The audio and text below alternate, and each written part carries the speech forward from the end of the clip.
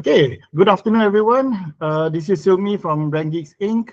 And we are officially kicking off the first Sembang Marketing Tech for 2026 with Lilyana from, Lilyana from ni banyak. From NEF punya, from Joobli from here, from Beta Foundation punya. So where are you officially from for today?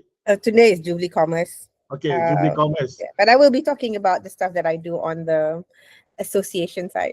Okay, cool. Yeah. So the topic is building a winning brand in 2026. Oh my God. How to do it when AI makes everyone look the same. The same lah. Kalau in Malaysia we say everybody look same, right? Exactly. So, I don't know. Go ahead. Give me the questions. So let's kick it off. Essentially, as a very otai techie, right? I mean, I'm sure you wear it as a badge of honor, right? Yes. Very authentically, you've seen the trends come, the trends go. I mean, you can really stamp your age and tell everyone how you started off.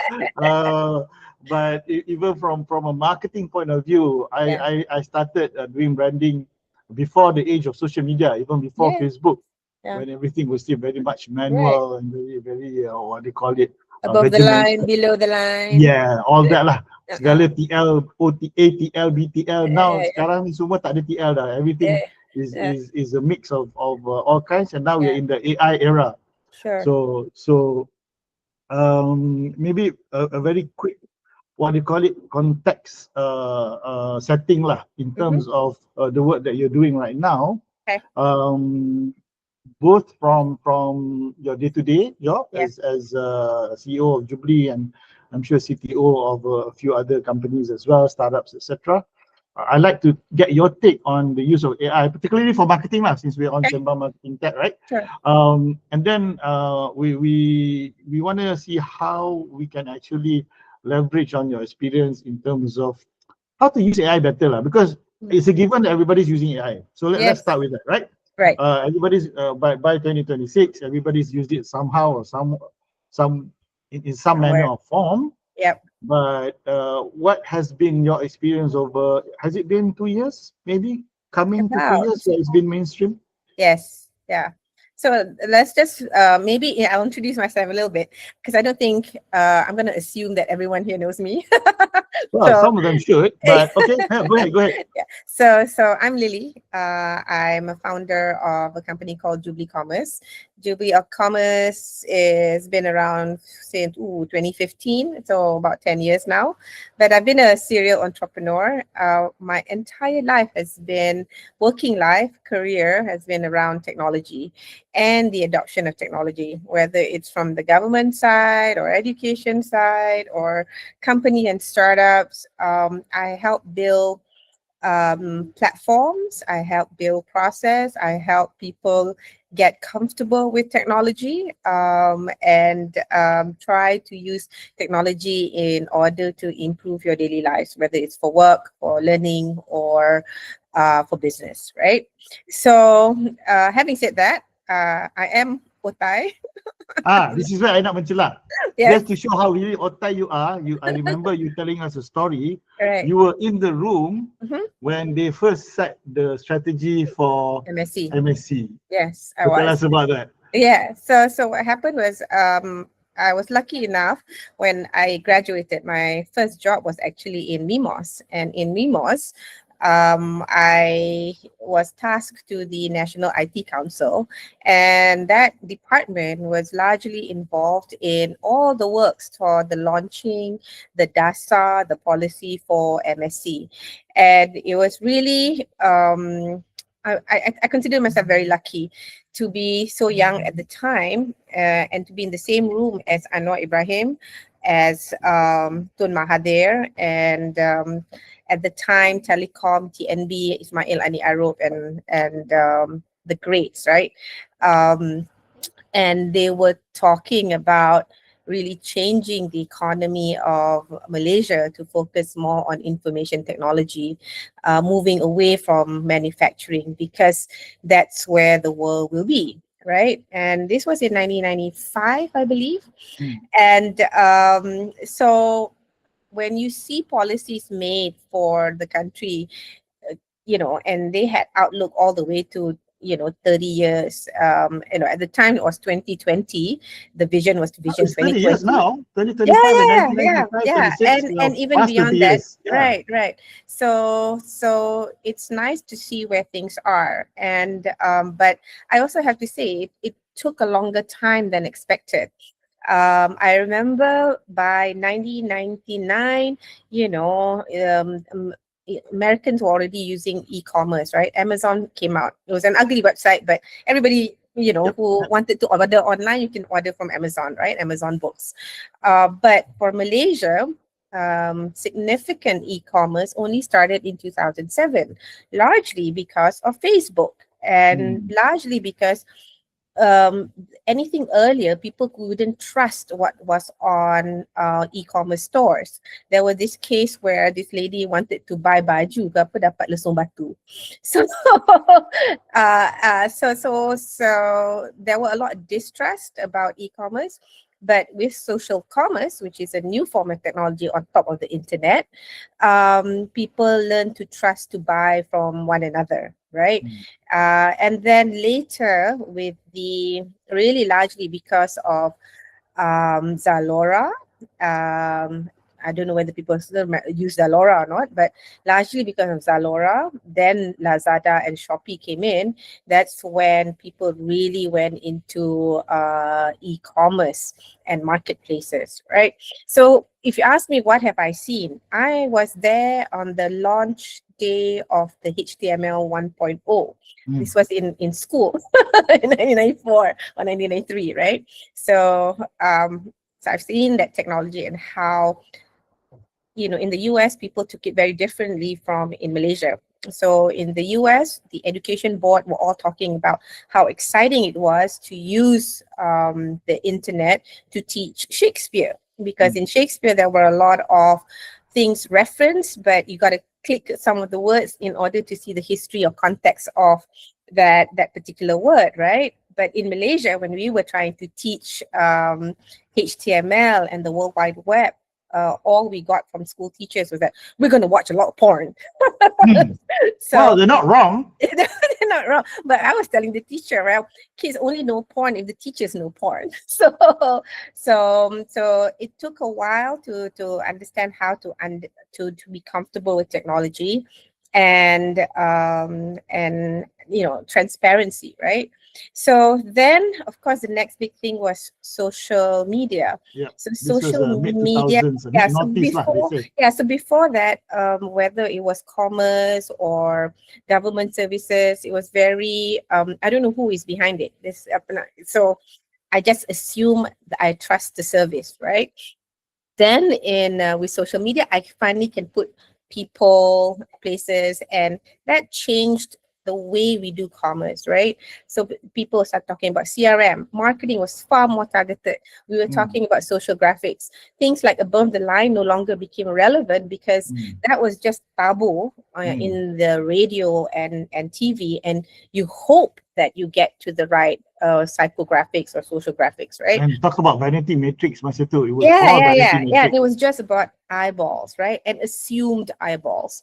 So with social media, you could actually track from browsing all the way to conversion, and you actually know their name, their birth date, and you start creating cults around brand, right?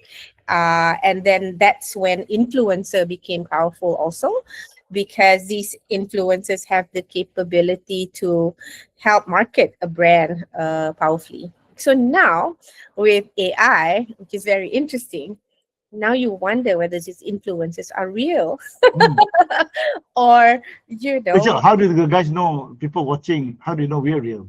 And it's so Well, good. they can see I'd like to tell you, screaming hair, that they know it's real.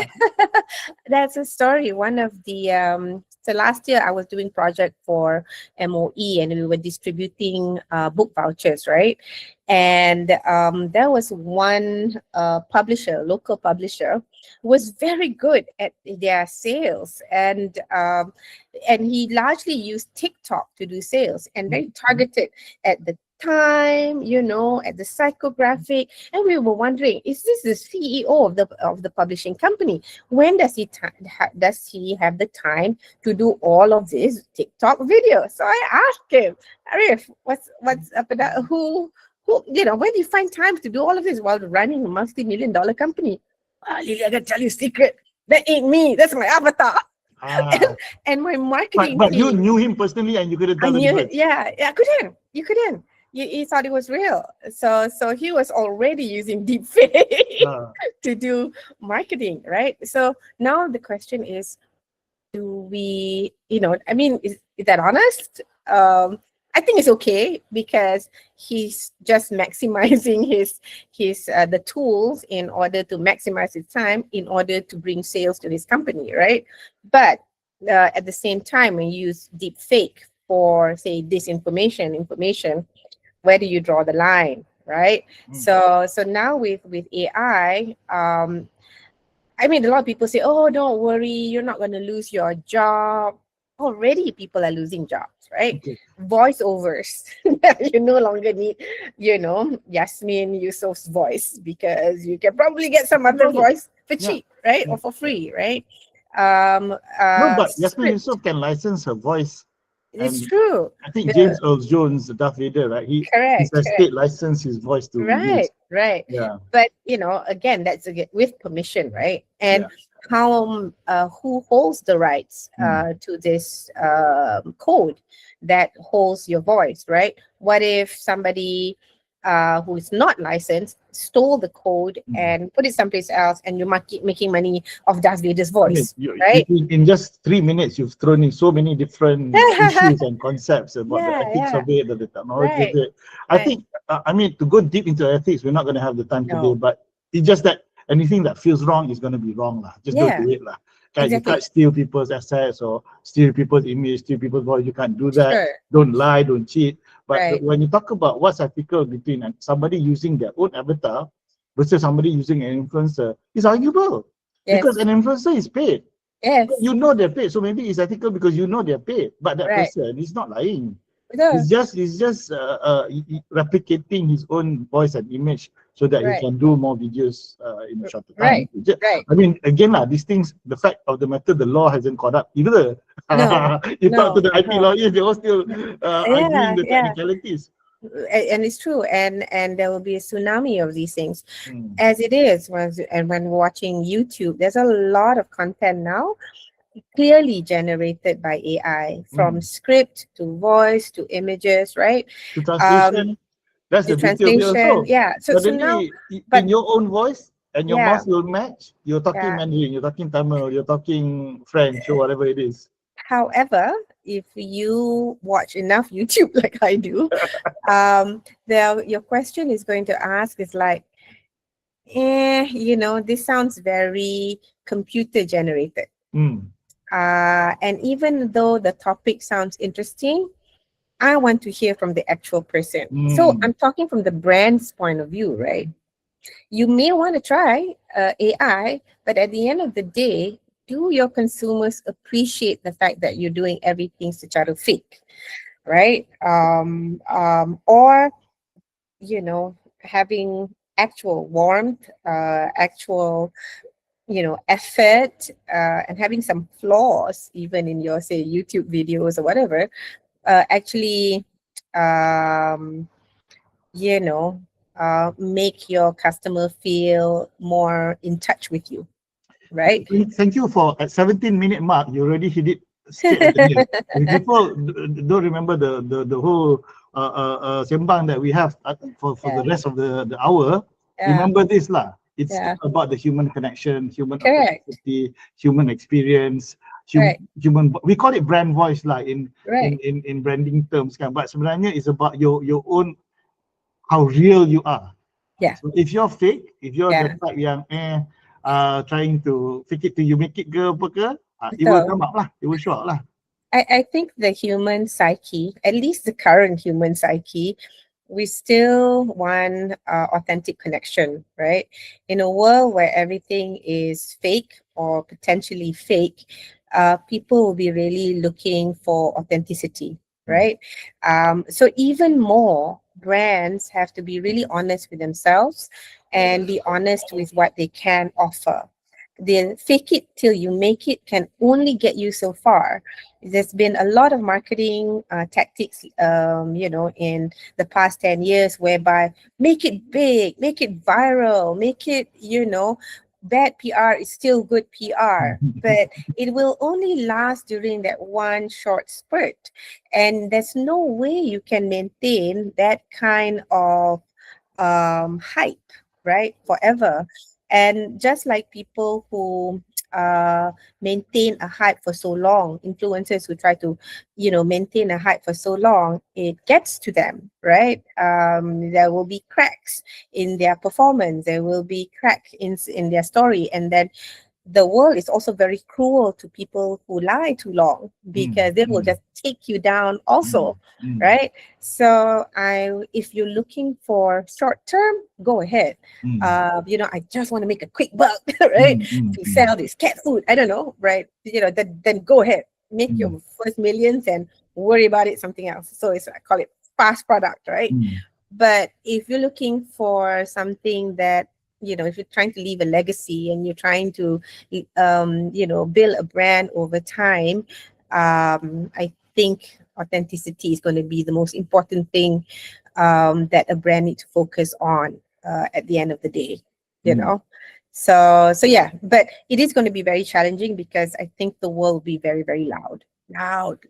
So, there's just too much content. I really cannot disagree with anything that you say. It's like I'm hearing what I normally tell people, but the part that maybe I want to add in as an extra food for thought is that okay lah, we have to be real, we have to be authentic, we cannot be fakers or semua. Tapi how do you again lah, your experience dealing with your clients, with the guys at NEF, because as we deal with the changing environment and the changing world, how can somebody even tell what's real and what's not real, what's authentic and what's fake?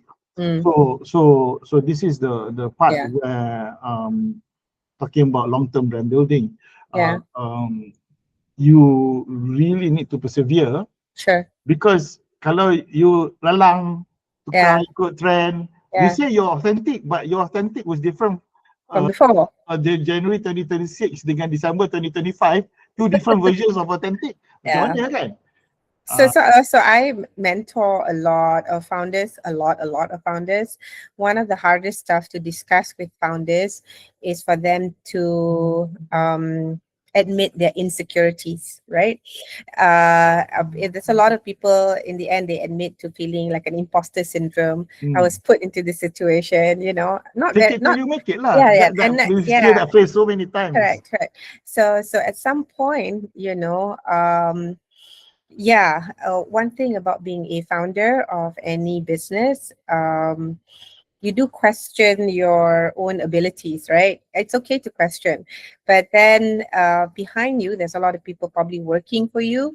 They are looking for a good leader, and they're looking for an authentic leader, and they're looking for somebody who can do amazing things also. But on the other hand, that is what you sign up for when you want to build a business, right? And you want it to grow. You just have to be that person, and you have to constantly be learning and constantly be asking yourself, how can I do better? How can I make myself better? So the young founders that I work with, that I can see their growth, after say 3 to 5 years of mentoring and coaching, I see them change. I see them learn, right? But not all of them like that. Some of them insist on faking it, and then then you start seeing the cracks later. Bringing it back to AI, Sure. how do we then leverage on AI Yeah. To still continue being authentic. Dia macam paradox pula. Well, okay. So one thing about AI is speed, right? I find that I'm much more productive now when designing proposal, designing posters, designing music to go with conference, background music, right? Because I have all of these tools. It used to be I need to go and find vendors, get quotation, and all that. So I say yes, use all these tools. You know exactly what you're looking for. Go ahead, use it, right? But at the end of the day, you've got to know also what you're looking for. When it comes to proposal, I've seen a lot of young people, put up very fancy proposals for pictures, right? Then I can also tell when this is ChatGPT generated. How do you tell? Because the story doesn't quite jive. It has all the nice big words and all the nice graphics, but when you ask them, how did you come about, what is the basis of this pitch, then they say, then they're stuck, right? They're stuck, right? So that's how you can tell. And when you're building your brand, right, you're just using tools to enhance what you already know, right? So it's important to start with what you know already for sure about your company, about your brand, about your product, right? And then you're just making sure that you're using the tool in order to produce something quick. Because these days, people expect, TikTok videos from you every day, if possible, right? I can even do once a month, right? But with some of these tools, at least I can improve. I can do twice a month, right?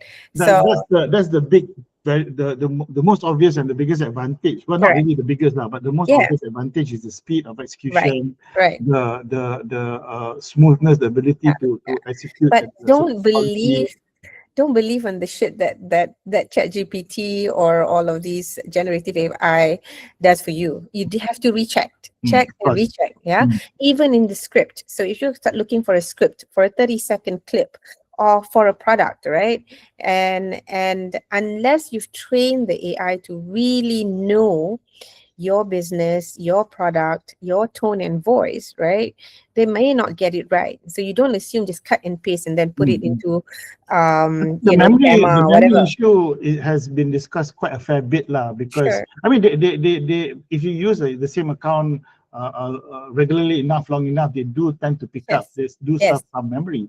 But from what I understand, it's not as robust, it's not strong enough lah at the moment. Do you think there's room for that kind of tool that really retains the memory and knows your voice? Yes.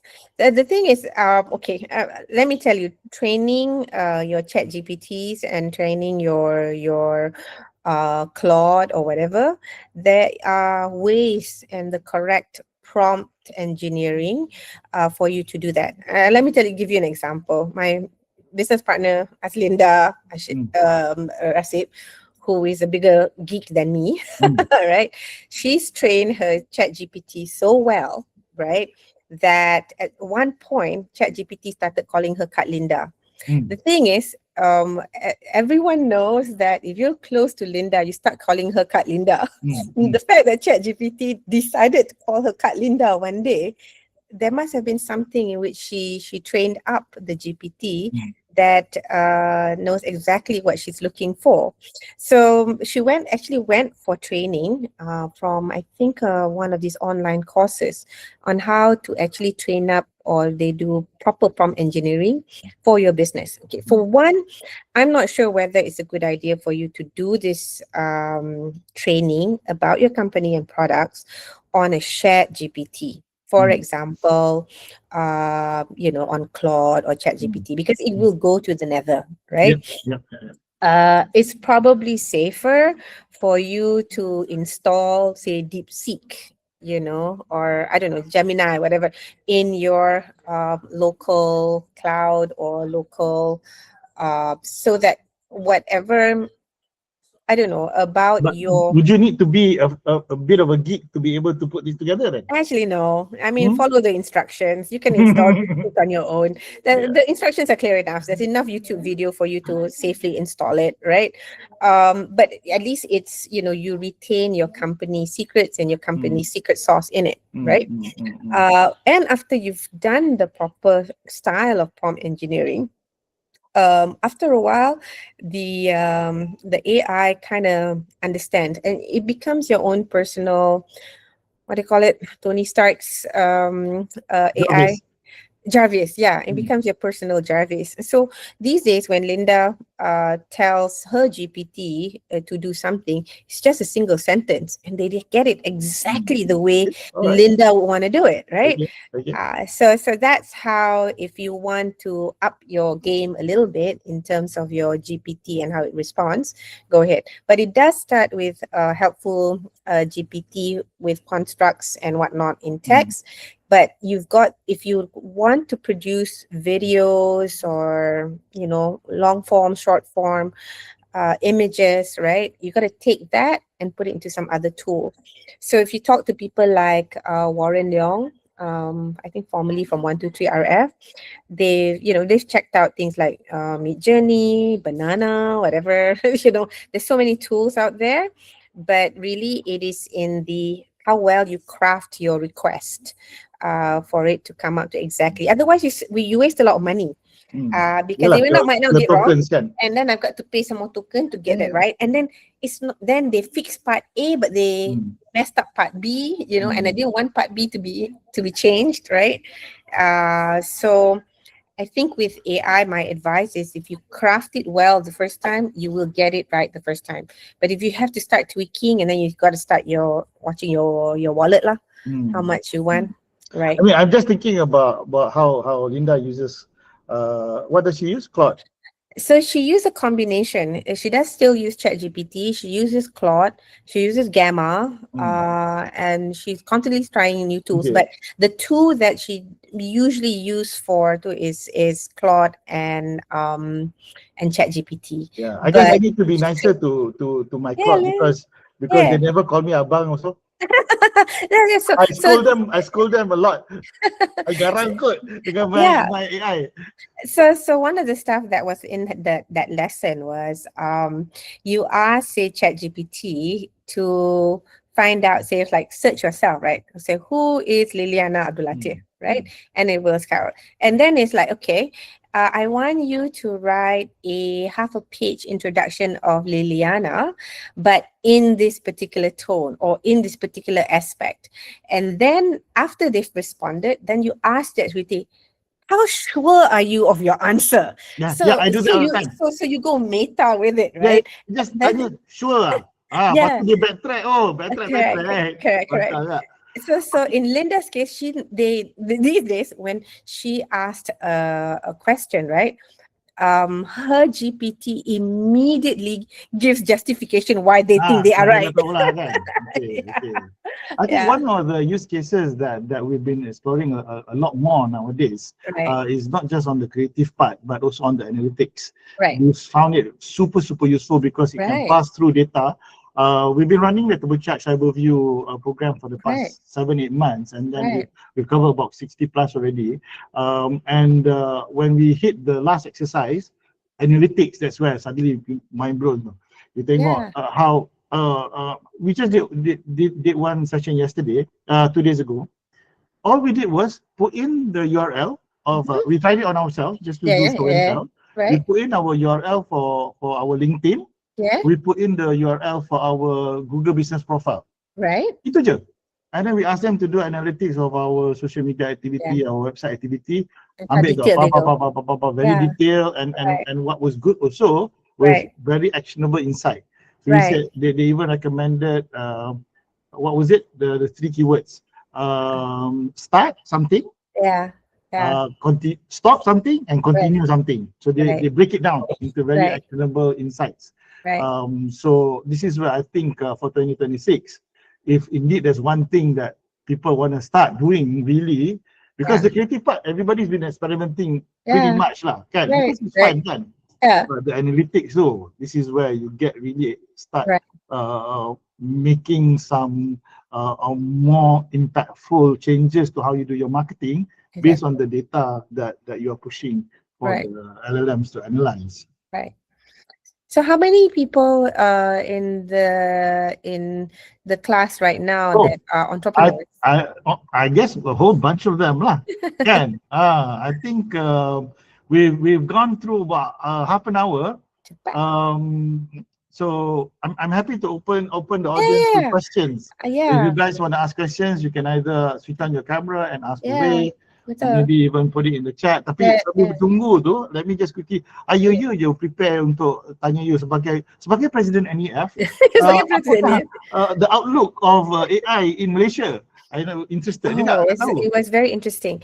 Ah, So 2 days ago, I happened to be at my digital, and they're about to launch the phase two of the they call it what? Digitalization agenda of the country, right? So we're into phase two. So they're tweaking phase two because AI has come in such a big way, right? So what would be the kind of programs and activities that will go out in phase three, and what kind of matrices they'll be looking for. hmm. So to be honest, they're also looking for direction. They're also looking for whether there's opportunity for Malaysians to actually uh, Okay, you're change framing it very, economy. very politically correct. Okay, okay, Now okay. I'm a bit worried. Do they know what they're talking about or not? Actually, to some extent, they do.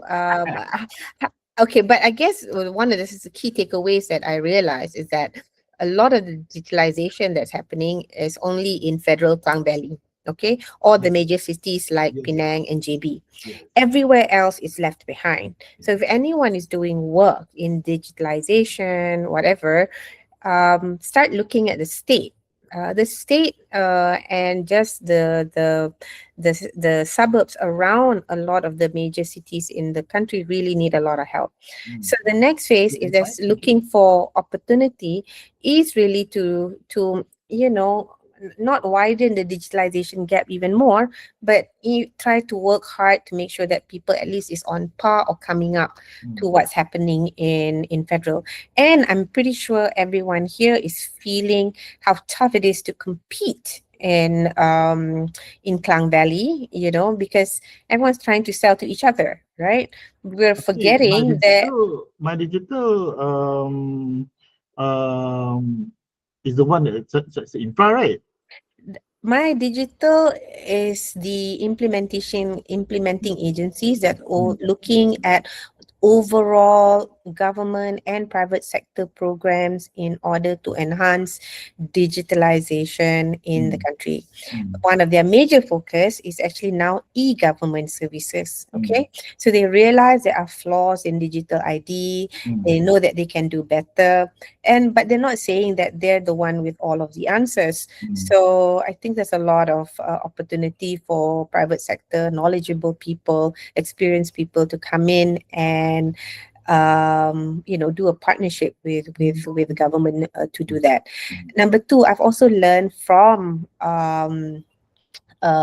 doing so many government programs. There are flaws in the way we procure digital services or make digital services for government. One, they don't have internal people to maintain all the software and platforms that been built for them. So it's always they procure the platform, right? Hmm. And but maintaining the platform is a different story because government works by annual budgets. Hmm. There is no business that says, okay, I will use the money from the service in order to maintain and pay for itself. Hmm. Right?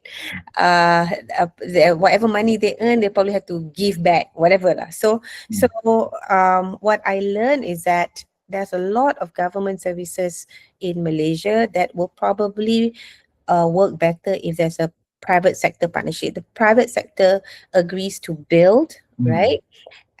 Then maybe there's a charge or transaction, and you can take a part of that transaction, but that part of the transaction also allows you to maintain the platform, improve the platform so that is always current. Okay. So I'm trying to convince people like My Digital, especially the KSU, who have to look over the entire procurement of anything digital or tech across all ministries, right? So we need a different way of how government procure these things. So one of the stuff that I've been trying to tell the government, then don't bother building platforms. You just state the data that you want. Case as an example, in the US in the 80s, when the IRS wanted to digitalize collecting taxes, they didn't build a platform and say everybody must go to IRS and submit dekat situ and bayar kat situ. Dia kata, okay, all software companies who are doing accounting and tax calculation, this is my API. I only want this data. Nama company, nama ni, and bayar kat sini. Okay. So that, because of that, thousands of accounting software companies came about all over United States, and they didn't have to worry. IRS don't have to worry. It was all about who has the best UI, who has the best service, who has the best price. Let the market decide. Right? So this will enhance both the private sector economy, and the government don't have to worry about maintaining. Lah ni, mana ada dia masih guna dia punya EDI, API. Dia tak ada government portal to submit taxes to. Yang itu melalui the software. So similarly, I think even when, parking, collecting cukai tanah, those are the kind of stuff that government should learn to let go, building the UI themselves and putting the bloody jata negara on the software, and then, still using Verdana as a font. Whereas, you can, get the power of Malaysian creativity to build softwares. You just make sure that your data ports are open to receive this, right? Okay, let me bring it back to the topic of the day. Yeah. In terms of how to make a building a winning brand to 2026. Right. I think we've kind of gone through quite a number of points. Let me just try and recap and see whether you want to add on some more. First and foremost, embracing AI, I think, is a given. All right, so we all agree that, many tools. We got some homegrown ones. I'm going to mention people like Cliff, Polaris, Fixed, quite a number of local tools now that you can explore. Feel free to use the GPTs, but don't just use the one. You were saying Linda does a little bit of LLM surfing. We do that as well. We try out, we use Gemini for a lot of the visual stuff. We integrate, because we're on Google Workstation, we use Cloud for the more strategic stuff, that kind of thing. Your brand voice is still a differentiator, is still how you want to be unique, but it's not just about communication saja. This is another aspect that I think you were mentioning just now, how people want to build real brands and be sustainable. That means you must be providing value, cannot be just hype, cannot be just something and trending. So this is going deep into how you are taking advantage of any asymmetry in your industry, and to build a winning brand. From our point of view, again, I'm pretty sure, again, we're talking to the same camp here, because we work with a lot of emerging brands and startups. Do not adopt the same strategy as the big boys. Never do that, because you're try to look like everybody else. You're always going to be the loser, because they have better resources, bigger team, lot more budget, blah blah blah. So adopting a certain challenger brand attitude and mentality is something that we think is a very, very important part of building a winning brand. And I think another one, tadi kita cakap pasal the human connection, kita cakap pasal strategy driven by data, analytics, things like that. Anything else that you think people really, really need to remember when it comes to brand? I mean, one thing you mentioned just now, how brand building is not short term. I think trying to not get sucked into that TikTok trap. Yeah. Inilah trending, Yeah, itulah yeah. No, trending. I've seen Uh, people kind of like now change their persona and they sound more pasar, mm, on TikTok, because that's what's happening in TikTok in Malaysia right now. It's mm, unfortunate because that's not the only way for you to reach to your audience, right? mm. Um, um, I think in Malaysia sometimes we try to do the shortcut just because the community Oh, is largely sometimes is all the is time. all the Yeah, yeah, time. yeah. Yeah.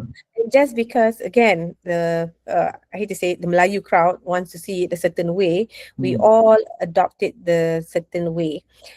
But does not mean I want a Malay brand that sounds intelligent. I want a Malaysian brand that sounds international, right? mm, mm. That's the demographic that I come in, but not everyone wants to hear Khairul Aming. No, but here's the thing. Here's the thing. Yeah. People think Khairul Amin buat benda trendy je, tapi dia buat brand building.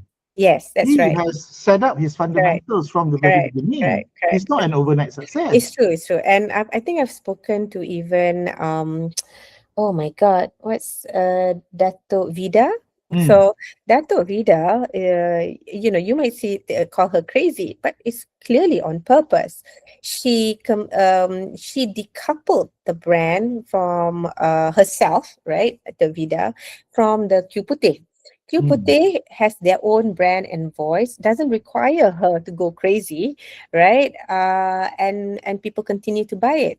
So it was a very conscious effort that the crazy Datuk Vida was meant for her own personal celebrity brand and to mm, try out other products, right? mm. So some people use themselves, right, as the product, and they're very comfortable with that. But they're very conscious about what they That's do. a very interesting angle that you just brought up because you Yeah, mentioned influencer marketing a couple of times already. right. There's a bit of a dilemma from my part Okay. because just scanning through Neil Patel's video from a couple of days ago, Yeah, memang influencer marketing is effective though in the bigger memang. scheme of things Yes. because when there's so many same products, people then as consumers rely on the influencer power to who they want to believe, right? Sure. But the challenge with that, and this is where in Malaysia there's hits and misses. Yeah. Yeah. When So let ah me tell you. So I do a lot of startups that also want to focus on B2B. mm, But because the pool of B2C, because and we only seem to know how to do B2C marketing through influencer marketing, even a B2B brand thinks that they need to be on TikTok. mm, But the decision makers are not not on that TikTok. they're on LinkedIn. If I'm Ah, trying to sell, say, a minyak ah, or a tool to Petronas, I don't think I want to go to TikTok, mm. right? That's not the platform. Maybe that one is more exhibitor, relationship marketing, right? LinkedIn Sales Navigator. Yeah. So Ah, so so so yeah. So again, you have to look at your product, you look at your service, then you decide which medium you want to use. I mm. mean, these days, people dulu kata above the line, below the line. Sekarang ni kita kena social media perlu ke tidak, influencer perlu ke tidak, or is it more B2B relationship marketing tidak. So these are the tools of or mediums or channels of marketing That that has is more that dominant. change. Mm, That fundamental of knowing who your audience is yeah. and where you We can try find to, them the yeah, most effectively right, is still going to be relevant. right. Um, based on the However, I ah, have to say though, even as a B2B brand, right, it does help to have a consumer mind share, mm, right? Because the decision makers who want to buy your platform or your B2B service kan dengar juga from whatever's out there, mm, right? So I'm telling you the story of Matt Planner. So mm, Matt Planner really focuses on the hospital systems, right? But lately, we've been trying to also build an offshoot product meant for consumer because the consumer marketing side helps to build the Matt Planner name, right? And there's always sessions of Tegugat Iman within the team. Whether should we do this? How much should we focus on this? Will this detract us from our real goal of getting to the hospitals and doctors, right? Do I have an answer? No. But the way we're going to take it through experiments, right? So we got to because this experiment. point was raised since you brought it up. Yeah. And you know this because you helped with Circle. When we helped them, Yeah. the strategy had to be both top down and bottom up, because what we were positing, something that needed to be validated, was that for you to get your early adopters, most likely it will be from the younger doctors. Yeah. So from the younger, because you want them to pressure their seniors, Correct. to say, hey, this is really good. We are using it anyway, whether you like it or not. And that will put pressure on the admin and the management. Right. So it needed to be an almost B2C approach lah. Betul. But however, we did that experiment, and then we did find out we couldn't sustain with that singular doctor approach, because in the end the doctor says, I need the system to be integrated with the hospital. Otherwise, all of these cases that I'm recording on this independent app, standalone app, they're not fed into the system. So it kind of over the past year, we've learned this, right? It's good to have an app that builds the Med Planner name among the consumer, because then the decision makers get hear of it. But then we realize the Med Planner tool itself cannot be the product. So we built a different product called Ask Hemi, which is like a health GPT. That there's a lot of models behind it. It's not just Chat GPT. We use consensus, we use memes, so many things are behind it. So if people want to use it, they can use it for free. But it's like Chat GPT, but it's more focused toward that's a classic B2C punya strategy lah. Correct. So we're hoping that enough patients pandai guna Med Planners Ask Hemi, that eventually doctors like, looks like patients are using it already. Maybe I should listen to these guys. Yeah, that's a good pivot. Okay. I don't know whether we have any questions or not. I'm just checking on the petang mesti seorang dah penat. No, but we've got a good bunch of people who's dialed in. Guys, if you do have any questions, can either put it in the chat or just switch on your camera. Happy to spend the last 10 minutes tinggal of our session. One of the things yang I think people, again, based on conversation with all kinds of things, is that a lot of people are kind of very familiar with ChatGPT, which is nothing wrong with it. Tapi if you're talking about B2B, Claude seems to be a little bit more robust when it comes to B2B solutions lah. And then when it comes to integration with your environment, because Google is already embedded in so many things. So this is where, if you look at the Google environment, it is gonna change the game a fair bit compared to just setting, because Google dia dah boleh scan all your folders, integrate dengan notebook LM, and then So now the question is like, we really have Big Brother watching. That one is long gone already lah. I dah surrender lah, because I got nothing to hide anyway. So it was a matter of how do I just make ourselves more productive, make the team more productive. I mean, one of the things that has always driven me crazy is that I'm the grammar Nazi in the team. So at least now I dah kurangkan lah sikit my grammar check, because at least they're using Claude or Gemini to ni. Manisa just switch on her camera. So, you want to switch on your mic as well? Tadi agak tanya tak ada response. Oh, sorry. Okay. I think the question that I do often get is, how sometimes the GPTs, when you generate your content, it tends to sound quite similar. As in macam sama je content yang one person generate and the other person generate. Sedangkan memang there's supposed to be some profiling done, but how does a brand manage that? Be unique and not sound the same like everybody else. That's number one. Right. Number two, I just want to pick on one of the points that I think Silmyi raised about the difference being brand building and basically doing marketing with the usage of tools. Right. The question I guess I'm directing it to Silmyi. How do we differentiate that? The difference between building a brand and using AI to generate words and images. What's the difference? Those are two questions for me. It goes back to basic branding and marketing fundamentals in the sense that brand building is long term. Brand building is about establishing your position in the market. It's about being visible to the right people and being consistent and surviving all the ups and downs of business.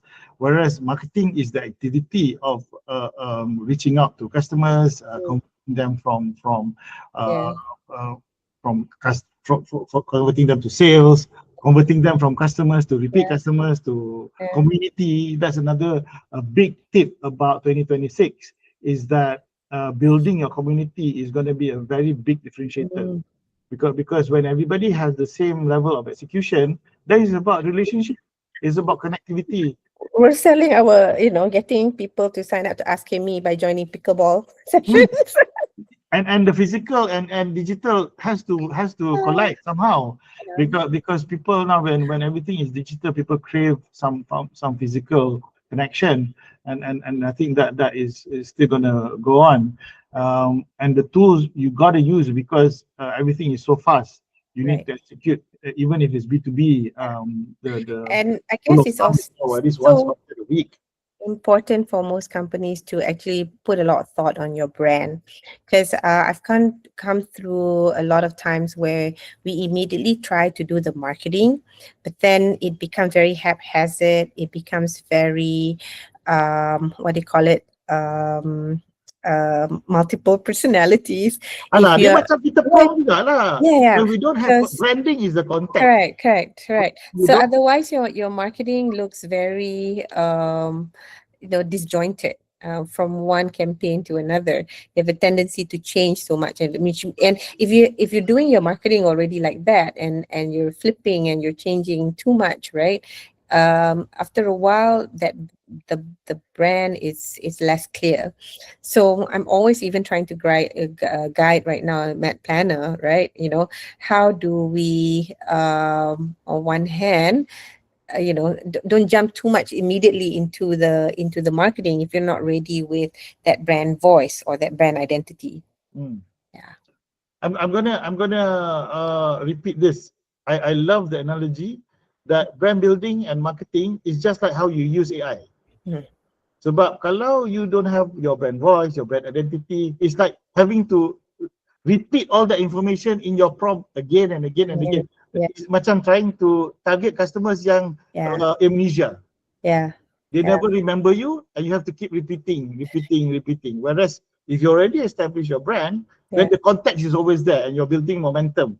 So each transaction builds on the next and the next and the next. So I guess, Manisa, I hope that answers your question.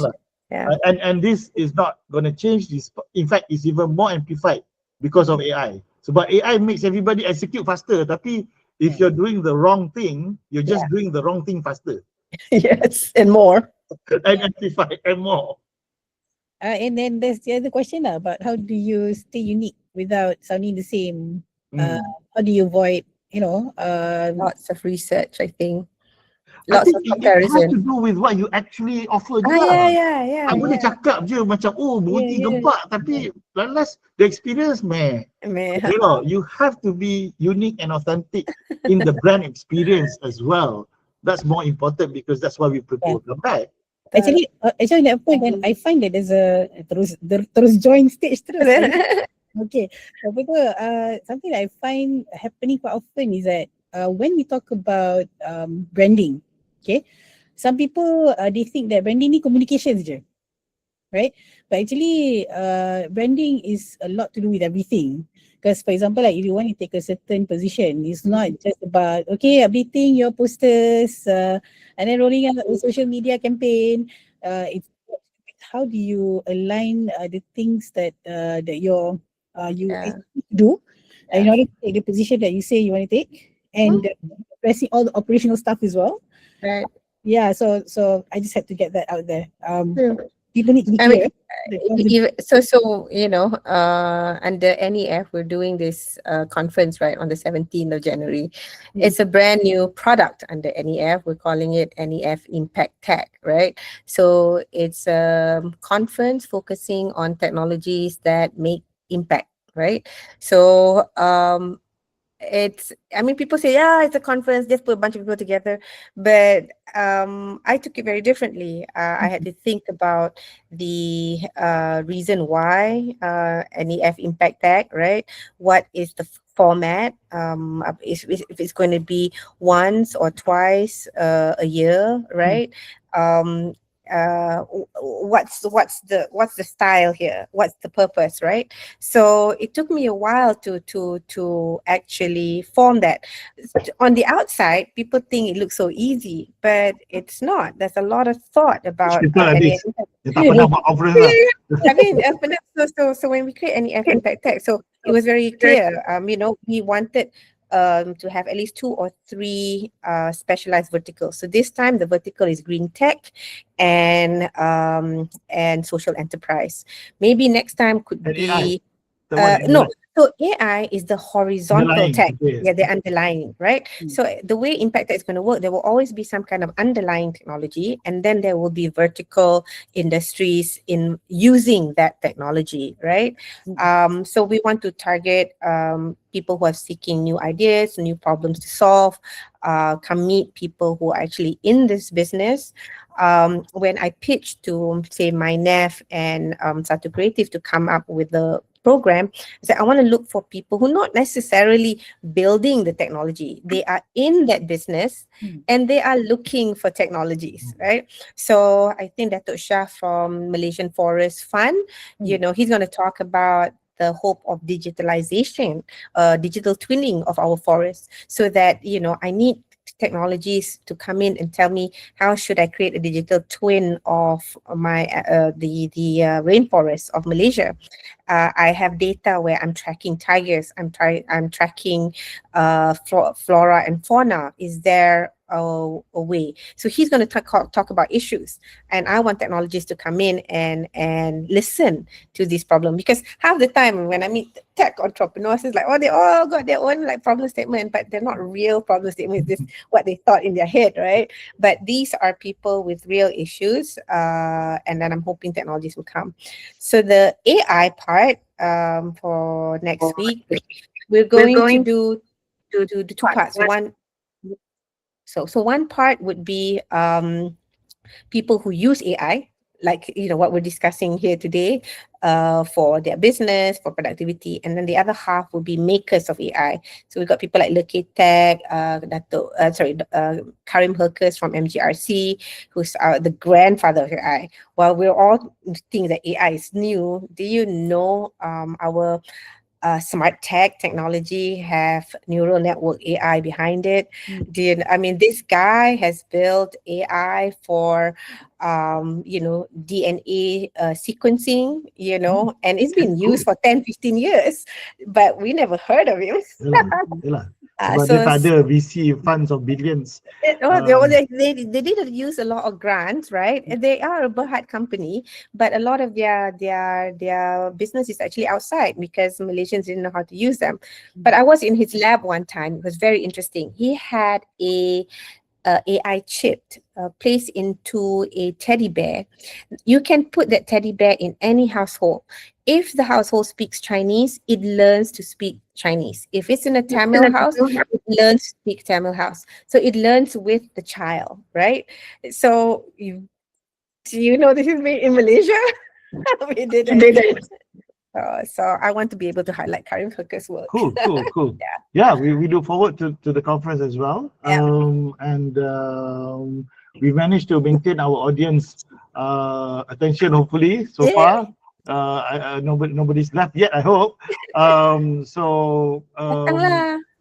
dekat NEF That's Impact going to Tag. be on the 17th, right? Yeah. Dekat, Nanti you share lah. yes, we share the details with everyone. Okay. Alright. And I think the tickets are so cheap. I think 30 ringgit, right? Yes. So no excuse, guys. I think you pergi Zeus. Sekarang nobody goes to Starbucks, right? So you go to Zeus, one coffee, one pastry. Yeah. For 2 people gone already. So it's definitely worth the entrance lah. Right. We've just about run out of time. So Yeah, thank you so much, Lily. It's always a joy speaking to you. Yeah. And time flies always. Yeah. Super fast. Right. There's so many more things to talk about sebenarnya pasal AI ni. I think we just scratched the surface. Yeah. I hope people got some benefit out of it today. Yeah. And thanks again, Manisa, for jumping on as well. Yeah, I nak menjelas sikit. Apa tu, so for those yang nak get some help in terms diorang punya your punya branding, okay, we've been around for coming to 15 years, so you know, I think if you haven't contacted us before on your branding, I think it's time for you to do that. Apa nama, please use brand Geeks. I've used brand Geeks multiple times already. And for those to be in good hands. Lovely, thanks Rini for that. And for those that actually want some help on AI powered marketing, so you could actually come to us directly, but we've also got an ongoing program that's subsidized by Cyberview. And we've got one more cohort, right? Two more cohorts that's kicking off. Yeah. One I think one before puasa, one after Raya. One after Raya, okay. Yeah. And that's Malaysia for you. Yeah. So we'll send more details to you to see if you're interested to actually join that session. So what we're going to do is we're going to actually provide you the framing for prompting for you to use to build up your brand, and to even go all the way up to the point of creating contents and analyzing your performance in terms of your brand's digital presence, right? So do come because we should have to catch us differently. But anything, just get in touch with us. We'll send you the details after this. Yeah, that's 12 February before puasa and 15 April lepas Raya. Right. Right. So that's another episode of Sembang Marketing Tech. See you guys.